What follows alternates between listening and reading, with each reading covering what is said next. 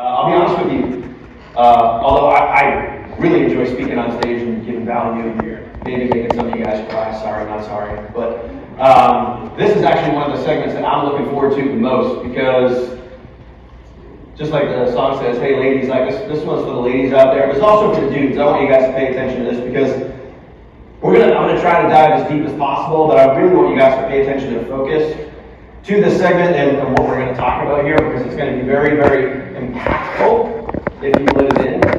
And all these ladies up here, they vary in age. There's a lot of similarities and a whole lot of differences. But we're going to try to get as real with you guys as possible.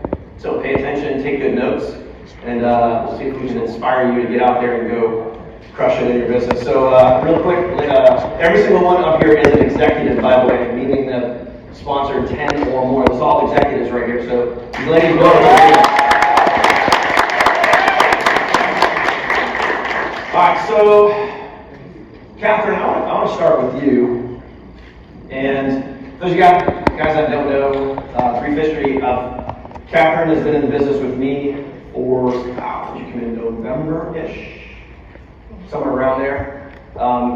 Catherine's a single mom, and she literally uprooted her and her daughter. They were in Rochester, New York, and moved down to San Antonio, Texas.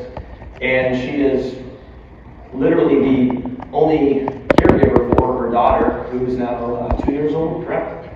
And I can imagine that weighs on you quite a bit, knowing that it's all on you. There's nobody else but you. Tell us a little bit about how you muster up the strength and courage and energy to keep putting out content, keep motivating and inspiring yourself, because you don't have a significant other home. You literally just have what's in your head, which, as we've discussed today, can be rather challenging. So what is it that gets you out of bed and allows you to do what you do every day? Honestly, every day it's just looking at her face, knowing that she looks up to me for absolutely everything. And why I got started in this business is because I wanted to become the best me that I could for her. If I want her to be her best self, I need to be my best self. Because I know it's not going to happen if I'm just doing the same old thing and I'm miserable, barely paying the bills. So I look at her every single day, and now I get to work from home and see her face every day. And anytime that I am at a low place, or maybe not working my business as I should, I look at her and I'm like, well, I'm literally saying no to her and her future and what I want her to be. So my motivation is her, looking at her every day and knowing how much of an impact I'm making by making content every single day, talking to the next person, helping the next person. That's my drive every single day. So, I can imagine that, having a 2-year-old is kind of hard to make content when she's awake. And especially when the majority of your business is run via social media, you have to plan that time out. How difficult or challenging is it to balance life, taking care of her needs, and also having your own time? Because I would imagine you probably have some pretty late nights and some pretty early mornings. Yes, definitely. I would say whenever I first moved, I didn't know how much I was in for it. I kind of guess I thought everything was just going to be great, and once I moved and I was totally on my own, it was like, wow, this is hard. I mean, it went for probably like 2 months straight of like crying almost every single day because everything was on me and I had to figure it out. And me time, there was no me time. So I try to schedule things like when she's napping or when she is asleep at night. That's whenever I'm actually able to work. A lot of my content, if anybody's seen that, she's in it because I'm just like, well, this is just how it goes. But honestly, that turns out to be the best because people can relate to me. They see that I'm backing up everything that I say in my content. I'm like, well, she's in the content today, and we just roll with it. But every day is definitely a challenge, and my me time is short, but I'm thankful for the chance to just be able to be home with her. Awesome. So, Rachel, kick it over to you. And correct me if I'm wrong here, but you recently just lost your job. Last Friday. Yeah, so literally recently just lost your job. And I understand that, and again, correct me if I'm wrong here, but I understand that you're going to be receiving unemployment. And obviously, we all know anyone that's ever been on unemployment, we know that only lasts for a certain amount of time. So I know you had a conversation with your husband, correct, about being full-time in Savings Highway Global. And although full-time sounds really great to say it out loud, but at the end of the day, you have a ticking clock because that unemployment only lasts so long. What is it like with your husband when the kids go to bed and you're behind closed doors and it gets real? How do you instill faith in him that you can do this? Wow, that's a great question. It is a ticking time bomb. I don't even know, I think it's 2 weeks before I could get unemployment. So we've given a 5-week window for me to be able to replace the income. So it is a lot of pressure on me right now. I am very fortunate. My husband, even though I know what he is thinking, he is not saying it. Thank you so much, Mike. He's not here. But he's supportive. But behind closed doors, we don't even get to see each other very much. So he works full time. I'm working full time, and I was working this full time and my job. So it was already a condensed schedule, but now even more. I'm just gonna double up on all my effort. So he's being wonderful, taking care of, we have 5-year-old twins. And that's actually the biggest struggle is when they want to come in my office and they want to play and they're like, Mommy, why are you on your computer? Let me type. I'm like, no, don't touch that. Like she's gonna send a LinkedIn message to Google. So how do you prioritize with twins, husband, family time, and trying to be full-time? How do you when you internalize with yourself, how do you time block and plan that out? What does that even look like? So it means if I want to get things done before the rest of the house, I get up earlier than everybody else. A few people know this about me, I work out every day. And it's something I will not give up. So in order to get the workout out, I wake up at 5 or 5:30, whatever time I need to. But when I eat my breakfast before my workout, I bring out my computer and I start working right away because it's when I'm most productive. It's during that first cup of coffee. So I'll start engaging. I'm not texting anyone that early, but I will jump on LinkedIn or Facebook Messenger, and if people hear it, they hear it, but that's when I can get things done. But prior to the girls, I make sure I'm there in the morning with them before their grandmother watches them when my husband and I work. So I have at least a solid 2 hours with them in the morning, and then the rest of the day, if I come downstairs to grab lunch or I do occasionally just run downstairs to grab some hugs because they're going to kindergarten next month and I'm not going to be able to do that much longer. But yeah, they're my world, so they're why I'm here too. Like, as parents, it's always fun kids. Awesome. Thank you.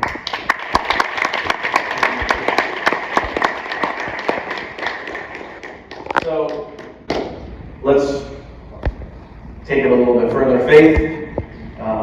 You're an executive, and you're retired. You don't need to work. So you no longer work in a job, and, what has you, as someone who's retired, what has you building a business like this? Why is this even important to you? Well, because I need the money. All praises to the Father, I say that. I'm here because I do need money. I've taken care of myself all of my life, right? We grew up in our parents' homes and we get out on our own. And I've always been an independent person.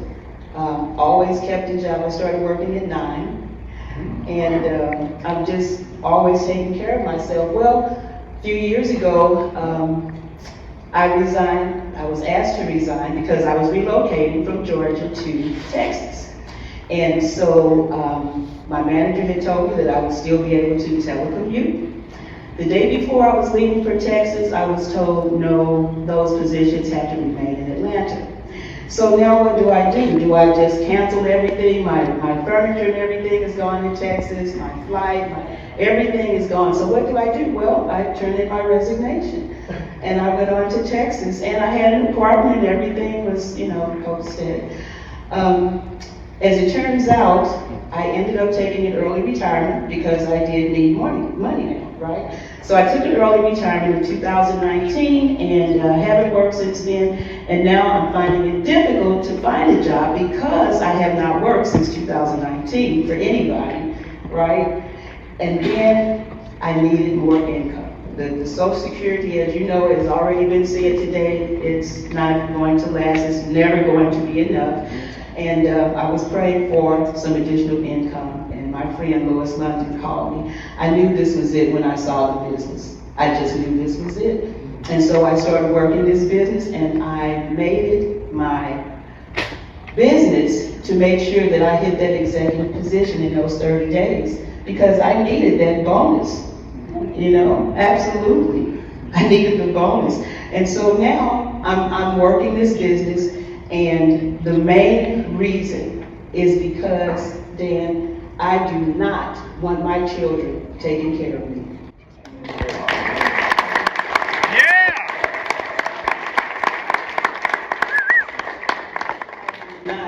This business is right up my alley. I am a minister. I've been in ministry for over 40 years now, and I've always been a bivocational pastor, right? I worked corporate and church, all right? And so my children are used to seeing me doing. I'm always doing something. And the other day, I did not have enough. And it was like, you do this business or you go back to work. I will never, yes, I will never work another job. This is my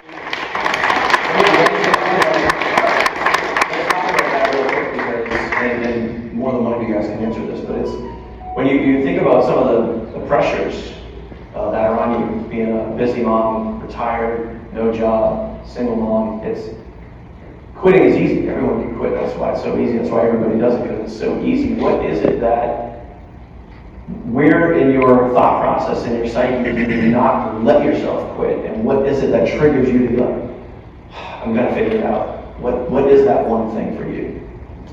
The one thing for me is being hungry, being homeless, and that's for real. I mean, at any point, we are 2 paychecks away from homelessness?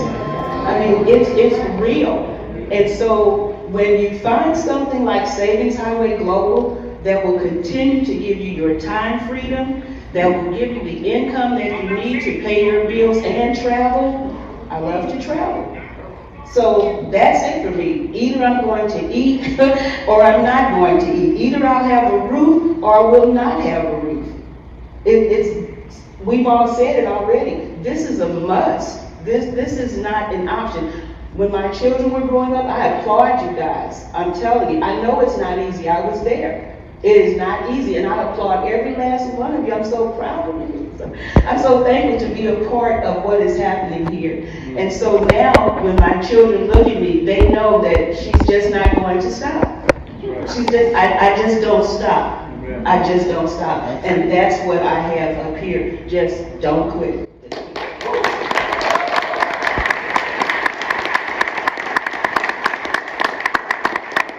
So, Kirsty, over to you. I receive, those of you guys that don't know, I receive a lot of voicemails from Kirsty. We talk, and, Brogan, hey, what's up? But I talk to your wife a lot. It's all good. Shout out to Brogan. He is an awesome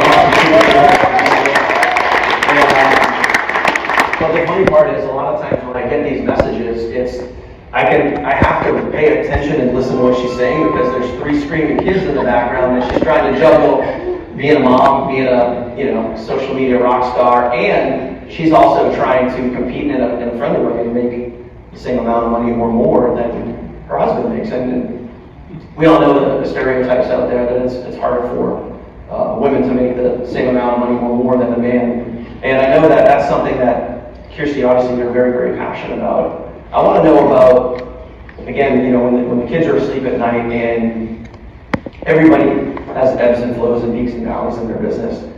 Maybe tell us a little bit about some of the harder conversations that you've had with Brogan when the doors are closed and it's just you guys and it's late at night and the kids are in bed and you know that you're clearly meant for more and you've been in ruts before. We've talked about that. How do you get through that? And how does that dynamic look? What does that look like with your husband? So my husband back there videoing me, he's my biggest fan. It can be rough. It can be really rough sometimes because it is throughout the day that I'm creating content. My kids are literally in the background screaming, or hey, Mom, that's, you know, my daughter woke up, 1 minute, you know. And I do that, and the reason I do it is because of the conversations he and I have at night, throughout the weekend, being on a trip like this. We're made for more. We're made for more, and because we're made for more, we can't stop. Just like Faith said, because if I stop, if I pull out my deck of excuses and decide that I can't do it for any reason, how can I let others do the same? If I pull out my excuses, how can I help another person know that they can? That's right. It wouldn't happen. The only way for you to get out of poverty, or to help others get out of poverty, is for yourself to get out of poverty. The only way for you to be truly abundant is to do it first, and then allow others to feel that. It's contagious. It's contagious energy. When you step into your power, you allow others to do the same. And I wanted to do so many different things. And my husband, Brogan, he's one who just really supports all of it. He supports every single part of it. It's been wild. I mean, my last 2 months, holy Hannah, I don't even know how I've done what I've done. I mean, you guys saw in my presentation, to be able to make 11,000 something bucks as I was so pregnant. That didn't happen, oh my gosh, write this down. That did not happen based on luck. That happened based on design. And the only way that you can propel your business is when you could, like, exactly constructively design it. You can't just throw money at the wall and be like, well, you know, hope something sticks. No. It sticks because you know it will, because you put the right pieces together. Just like you're designing a house. If you couldn't design a house by saying, okay, well, I think the foundation goes like this, and maybe, you know, put the walls like that, or whatever. No. You would know exactly how it's structured. You'd have a blueprint, right? Same exact thing with your goals.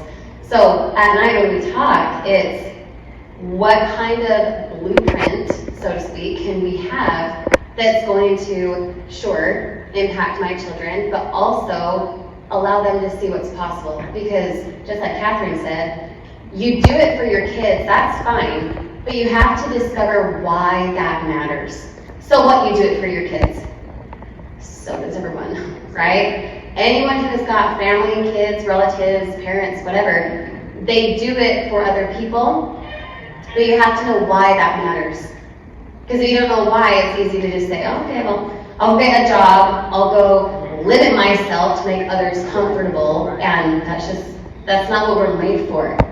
We're made for more. So when we're made for more, we decide that we're worth it. And when we decide we're worth it, it's contagious for other people to do the same.